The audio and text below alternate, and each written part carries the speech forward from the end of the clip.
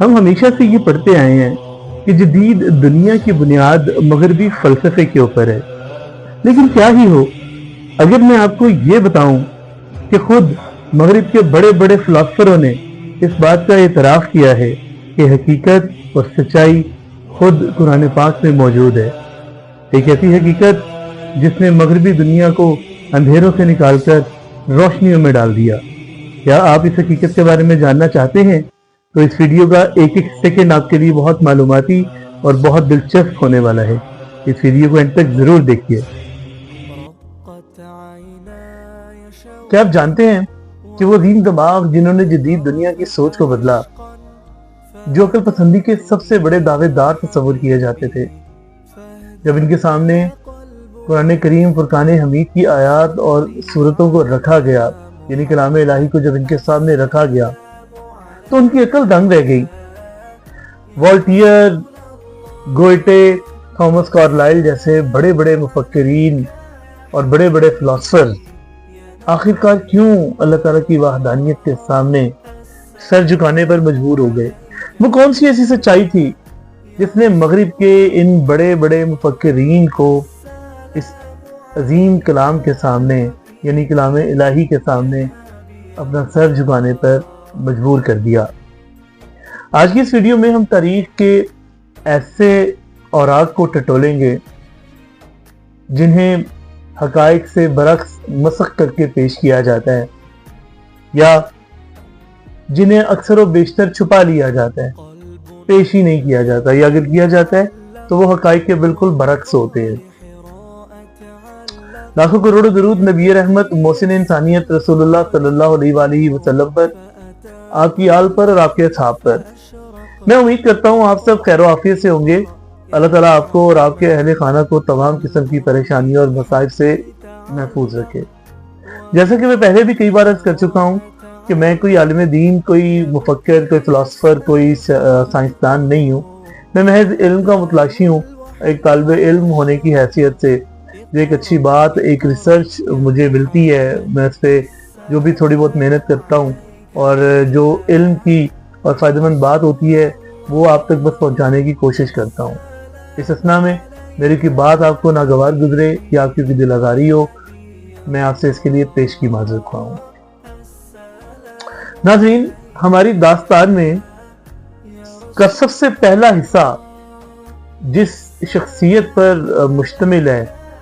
اس کو لوگ والٹیئر کے نام سے جانتی ہے، جو کہ ایک عظیم مفکر، ایک عظیم فلاسفر کے طور پہ جانا جاتا ہے۔ والٹیئر خواتین و حضرات فرانس کا رہنے والا تھا، جو کوئی ایک روشن خیال انسان تھا۔ والٹیئر وہ شخص تھا جو مذہبی عقائد سے بالا تر تھا، جو روایتی مذہب پہ تنقید کیا کرتا تھا اور بسا اوقات بلکہ اکثر و بیشتر خدا کے وجود کے اوپر، اللہ تعالیٰ کے وجود کے اوپر بھی منطقی سوالات اٹھایا کرتا تھا۔ لیکن جیسے ہی اس نے قرآن کریم کا مطالعہ کرنا شروع کیا، آپ سن کے حیران ہوں گے، حیرت انگیز حد تک اس کے قلم سے ایسی ایسی باتیں نکلی جس نے یورپ کے دقیانوسی خیالات اور یورپ کی کمزور بنیادوں کو ہلا کے رکھ دیا۔ وہ لکھتا ہے، قرآن عقل پر مبنی قوانین کا ایک ایسا مجموعہ ہے جو کائنات کے خالق کی عظمت اور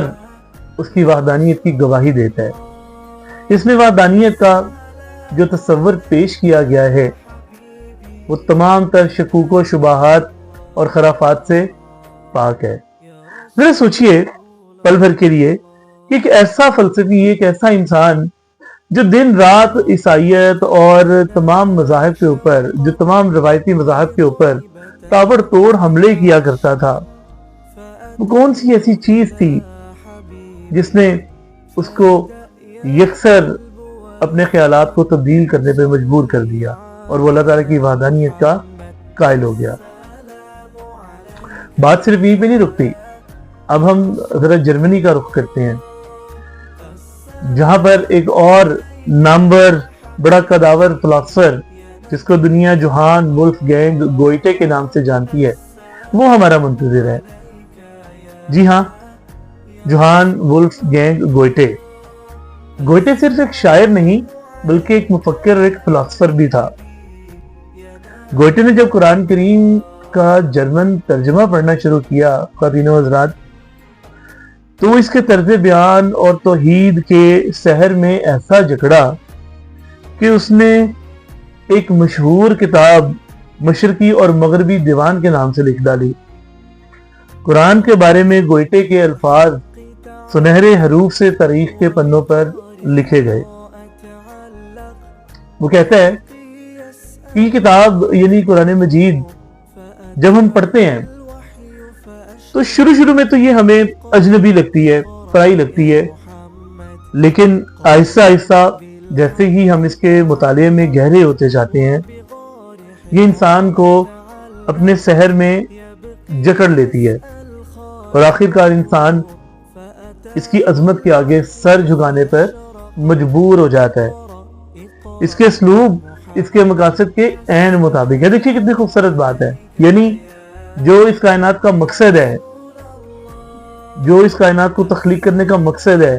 وہ قرآن حکیم میں بیان کیا گیا ہے، اور یہی بات گوئٹے نے کہی۔ بلکہ ایک جگہ تو گوئٹے نے اتنی خوبصورت بات کی کہ اس دور کے ملحدین، اس دور کے ناقدین جو مذہب کے اوپر سوالات کیا کرتے تھے، جو اللہ تعالیٰ کے وجود کے اوپر سوالات کیا کرتے تھے، اس نے ان غیر مذہب لوگوں کو جھنجھوڑ کے رکھ دیا۔ اس نے کہا کہ اگر اسلام کی یہی معنی ہے جو قرآن میں بیان کیے گئے ہیں، تو اس کا یہ مطلب ہے کہ ہم سب مسلمان ہیں، یعنی ہم سب کا یونینیمس جو ریلیجن ہے across the world, across the globe, وہ اسلام ہی ہے۔ کیونکہ قرآن پاک کو پڑھنے سے جو اس کی میننگز اور جو اس کی حقائق امپلیمنٹ ہوتے ہوئے اس نے اس کائنات پر اور اس کے نظام پر دیکھے، اس نے اس بنیاد پر یہ اتنی بڑی بات کہہ دی۔ تو خواتین حضرات، آج مغرب جس ذہنی آزادی، انسانی حقوق اور سائنسی طریقہ کار کا اپنے آپ کو موجد کہتا ہے، اس کی اصل بنیادیں کہیں نہ کہیں اس قرآنی فکر سے جڑی ہوئی ہیں جو اسلامی فلسفے کے ذریعے یورپ اور دنیا کے کونے کونے میں پہنچی۔ لیکن بدقسمتی سے ہم لوگ قرآن کو چھوڑ بیٹھے۔ جو ہمارے کرنے کے کام تھے وہ ان غیر مذہب لوگوں نے کیے، جو استفادہ ہمیں قرآن سے کرنا چاہیے تھا وہ ان غیر مذہب لوگوں نے کیا، اور شاید اسی وجہ سے آج ہم لوگ اس تنزلی کا شکار بھی ہیں۔ ہر طرف نفسا نفسی کا عالم ہے، ہمارے اندر سے احساس ختم ہو چکا ہے، ہم لوگ اخلاقی گراوٹ کا شکار ہو چکے ہیں۔ تو اس کی مین وجہ یہی ہے۔ تو میں نے آج کی اس ویڈیو میں اس کے نیکسٹ پارٹ میں باقی فلاسفرز کے بھی جو حقائق ہیں، جو ان کی ریسرچ ہیں، جس نے ان کے خیالات کو یکسر تبدیل کیا قرآن پاک کے بارے میں، ہم ان کے بارے میں بھی بات کریں گے۔ اگر آپ کو میری یہ ویڈیو اچھی لگی ہو تو آپ میرے چینل کو سبسکرائب کر لیں، بیل آئیکن پہ پریس کر لیں، اور اپنے دوستوں کے ساتھ اس کو زیادہ سے زیادہ شیئر کریں۔ اس اثناء میں چونکہ میں پہلے بھی عرض کر چکا ہوں کہ میں کوئی عالم دین نہیں ہوں، میں کوئی مفکر، میں کوئی فلاسفر، کوئی سائنسدان نہیں ہوں، میں علم کا متلاشی ہوں، اور ایک طالب علم ہونے کی حیثیت سے میں جو بھی آپ کے لیے ایک اچھے علم کی بات آپ تک پہنچا سکتا ہوں میں وہ پہنچانے کی کوشش کرتا ہوں۔ اگر میری کوئی بات آپ کو بری لگی ہو یا آپ کو محسوس ہوا ہو کہ میں نے کوئی غلط بات کر دی ہے جانے انجانے میں، تو آپ مجھے معاف فرمائیے گا اور میری اصلاح کیجیے گا، اور کمنٹ سیکشن میں پلیز اپنے قیمتی فیڈ بیک مجھے کمنٹس کے تھرو لازمی دیا کیجیے، تاکہ مجھے پتہ چلے کہ اس میں مزید کیا بہتری کی ضرورت ہے۔ اللہ تعالیٰ آپ کو اور آپ سے جڑے تمام رشتوں کو تمام قسم کی پریشانیوں سے محفوظ رکھے۔ اللہ حافظ۔